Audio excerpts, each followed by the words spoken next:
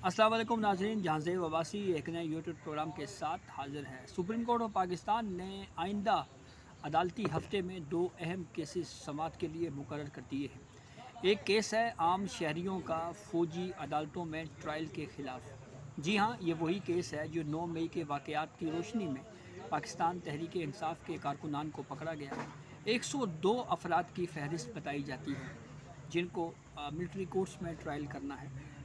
इस केस की तकरीबन हम ये कह सकते हैं कि काफ़ी हद तक 80-90% तक हियरिंग साबिक चीफ जस्टिस उमर अता बंदयाल की सरबराही में कायम 6 रुकनी बेंच कर चुका था। दूसरा केस है मुल्क में आम इंतखाबात के इनेकाद का मामला। ये केस क्या है, इसका ज़रा आपसे बैकग्राउंड इन दोनों केसेस का आपके सामने रखेंगे। सबसे पहले आते हैं इंतखाबात के इनेकाद के मामले पे। आम इंतखाबात का मामला पहले भी सुप्रीम कोर्ट में कुछ फेजेज़ में सुप्रीम कोर्ट में आया। उस वक्त के चीफ जस्टिस उमर अता बंदयाल इस केस को डिसाइड करने में जहाँ पे डिले टैक्टिस करते रहे, वहीं पे जो फ़ैसला उन्होंने दिया उसके ऊपर वो इम्प्लीमेंट भी नहीं करवा सके। इसकी बुनियादी वजह ये है कि उस वक्त जुडिशरी के अंदर तकसीम आई कि जिस तरह से CCPO लाहौर गुलाम महमूद डोगर के केस इनिशिएट किया गया, उसके ऊपर जुडिशरी में बहुत ज़्यादा इख्तलाफात आए। और फिर उसके बाद जब सुप्रीम कोर्ट ने ये होल्ड किया कि इंतखाबात के इनेकाद का जो इख्तियार है वो सदर मुमलिकत को हासिल है, वहाँ पे जहाँ पे गवर्नर जो हैं वो तारीख नहीं देंगे, फिर एक कानून में तरमीम हुई और उस तरमीम के बाद इलेक्शन कमीशन को ये इख्तियार दे दिया गया कि आपने तारीख का ऐलान करना है, तारीख देने का इख्तियार आपका है। अब जो सवाल इस वक्त ज़ेर बहस है और बिलखुसूस पाकिस्तान तहरीक इंसाफ अपने सदर मुमलिकत आरिफ हुसैन अलवी से भी बहुत ज़्यादा नालां है, नाराज़ है। उसकी बुनियादी वजह यही है कि पाकिस्तान तहरीक इंसाफ का ये कहना है कि सदर मुमलिकत को तारीख देनी चाहिए थी, लेकिन सदर मुमलिकत ने तारीख नहीं दी।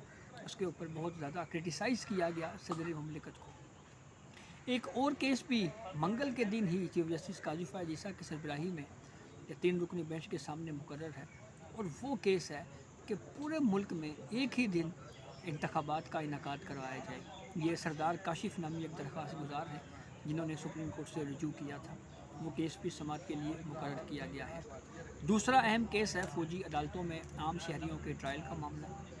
इस केस का बैकग्राउंड ये है कि उस वक्त एतजाज़ एहसन और कुछ और वकला और फिर supreme court bar association article 184(3) के तहत उन्होंने एक दरख्वास्त सुप्रीम कोर्ट में दायर की। और दिलचस्प बात यह है कि इस दरख्वास्त को दायर करने से पहले कुछ वकला ने चैम्बर में उस वक्त के चीफ जस्टिस उमर अता बंदयाल से मुलाकात भी की थी। और फिर उसके बाद 9 रुकनी एक बेंच तश्कील दिया गया जिसमें जस्टिस काजी फ़ायज़ ईसा भी थे, जस्टिस सरदार तारिक मसूद भी थे, जस्टिस मंसूर अली शाह भी थे। चीफ जस्टिस उस वक्त के उमर अता बंदयाल उस 9 रुकनी बेंच को हेड कर रहे थे।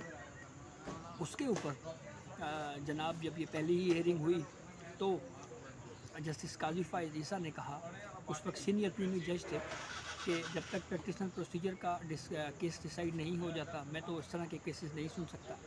जस्टिस सरदार तारिक मसूद ने भी उनका साथ दिया। और फिर बाद में वफाकी हुकूमत ने एतराज़ आयद किया जस्टिस मंसूर अली शाह के ऊपर कि उनकी एक दरख्वास्त गुजार साबिक चीफ जस्टिस जवाद ख्वाजा के साथ रिश्तेदारी है, इसलिए वो इस केस में ना बैठे। अहम बात यह भी है कि साबिक chief justice Umar Ata Bandial military courts के हवाले से केस को जितना भी वक्त तक सुनते रहे, वो इसके ऊपर कोई फ़ैसला देने में नाकाम रहे। और जो यकीन दहानियाँ attorney general for Pakistan open court में करवाते रहे, वो उन्हीं यकीन दहानियों को अदालती ऑर्डर्स का हिस्सा बनाते गए और इतनी जुर्रत ना कर सके कि खुद से कोई फ़ैसला कर लेते। और अगर वो खुद से कोई फ़ैसला कर लेते तो आज सूरत हाल मुख्तलिफ होती, लेकिन शायद उस वक्त के चीफ जस्टिस उमर अता बंदयाल दोनों तरफ खेलना चाह रहे थे। वो एक वक्त में पाकिस्तान तहरीक इंसाफ को भी खुश रखना चाह रहे थे, वो दूसरी जानिब वो दूसरे हलके को भी नाराज़ नहीं करना चाह रहे थे या उनकी नाराज़गी को मोल नहीं लेना चाह रहे थे। इसलिए डिले होता गया और फिर वो रिटायर होकर घर चले गए और केस पेंडिंग रहा। जो यकीन दहानियाँ वफाकी हुकूमत की जानिब से सुप्रीम कोर्ट को करवाई गई थी, उसमें एक यकीन दहानी ये थी कि किसी भी खातून का فوجی عدالت میں ٹرائل نہیں ہوگا، کورٹ کے علم میں لائے بغیر ملٹری کورٹ میں کوئی ٹرائل شروع نہیں ہوگا۔ پھر اس کے بعد یہ یقین دہانی بھی کروائی گئی تھی کہ جو جومینائل ہیں، کم عمر 18 سال سے کم عمر جو لوگ ہیں ان کا بھی ٹرائل نہیں ہوگا، اور کیپٹل پنشمنٹ کے حوالے سے کہا گیا کہ اب تک کی انویسٹیگیشن کے مطابق، اب تک کی تحقیقات کے مطابق یہ ایویڈنس نہیں ہے کہ جتنے بھی یہ ملزمان فوج کی تحویل میں ہیں انہوں نے کوئی ایسا جرم سرزد کیا ہے جس کی سزائے موت یا عمر قید ہو۔ کم سزاؤں کی انہوں نے بات کی۔ اب یہ کیس امرتا بندیال کو مائنس کر کے جو باقی 5 ججز ہیں ان پر مشتمل بینچ تشکیل دے دیا گیا ہے، اور یہ بینچ تشکیل کیسے دیا گیا؟ چیف جسٹس قاضی فائز عیسیٰ، جسٹس سردار طارق مسعود اور جسٹس اعجاز الاحسن، یہ 3 رکنی کمیٹی نے ڈیسائیڈ کیا کہ کیونکہ یہ 5 ججز پہلے ہی اس کیس کو سن چکے ہیں، اس لیے اب پیر کے دن یہی 5 ججز ہی اس کیس کو سنیں گے۔ جیسا میں نے آپ کو بتایا طویل ہیئرنگ اس کی ہو چکے ہیں، اور تقریباً 80-90% یہ کیس جو ہے وہ کنکلوڈ ہو چکا ہے۔ اب اگر نیا بینچ تشکیل دیا جاتا تو کیا ہوتا؟ نیا بینچ تشکیل دینے سے پھر یہ ہوتا کہ پوری کورٹ پروسیڈنگ کو از سر نو دوبارہ سنا جاتا، اور اب یہ جو تنقید ہو رہی ہے کہ چیف جسٹس قاضی فائز عیسیٰ خود کیوں نہیں بیٹھے، اس کی بنیادی وجہ یہی سمجھ آ رہی ہے کہ اگر وہ خود اس بینچ میں شامل ہوتے یا اس سے بھی بڑا بینچ بنایا جاتا تو ری ہیئرنگ ہوتی، از سر نو اس کیس کو سنا جاتا، حالانکہ یہ کیس تو پارٹ ہرڈ تھا، یعنی پہلے سنا جا چکا تھا۔ اب اس میں ججز کون کون سے ہیں؟ جسٹس اعجاز الاحسن، جسٹس منیب اختر، جسٹس یحییٰ آفریدی، جسٹس مظاہر علی اکبر نقوی اور جسٹس عائشہ ملک۔ اب جو یہ کہا جا رہا ہے کہ شاید یہ کوئی ویک بینچ ہے، یہ بالکل غلط تاثر ہے۔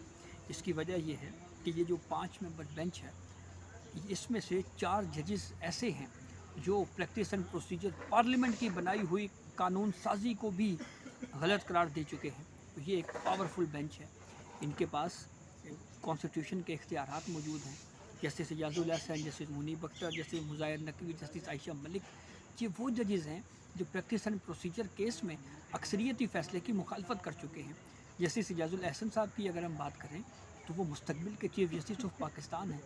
جسٹس اعجاز الاحسن اس جے آئی ٹی کے مانیٹرنگ جج بھی رہ چکے ہیں، جس جے آئی ٹی نے پاناما میں انویسٹیگیشن کی اور پھر اقامہ ڈھونڈا گیا اور ایک الیکٹڈ پرائم منسٹر میاں محمد نواز شریف کو خیالی تنخواہ کی بنیاد کے اوپر ڈسکوالیفائی کر دیا گیا۔ پھر یہ سوال اٹھا کہ نااہلی کی میعاد کیا ہوگی 62(1)(f) آرٹیکل کے تحت، تو جس بینچ نے اس کیس کو سنا اس میں بھی جسٹس اعجاز الاحسن صاحب موجود تھے۔ تو یہ کہنا کہ یہ بینچ جو ہے اس کی کمپوزیشن ٹھیک نہیں ہے، بہت زبردست بینچ ہے اور اس میں کوئی بہت اہم فیصلہ ہو سکتا ہے۔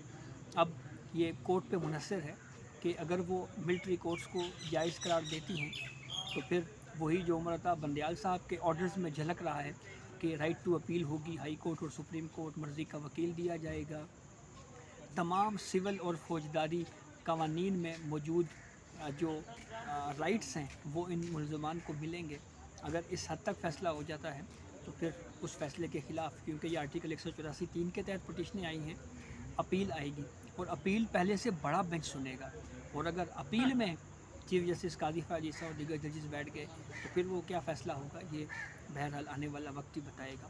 تو یہ کافی اہم ڈیولپمنٹ ہے، سوموار سے جو شروع ہونے والا عدالتی ہفتہ ہے اس کے لیے یہ بہت اہم کیسز ہیں۔ تو یہ اب تک کی اپڈیٹ تھی جس سے ہم نے آپ کو آگاہ کیا۔ بہت شکریہ۔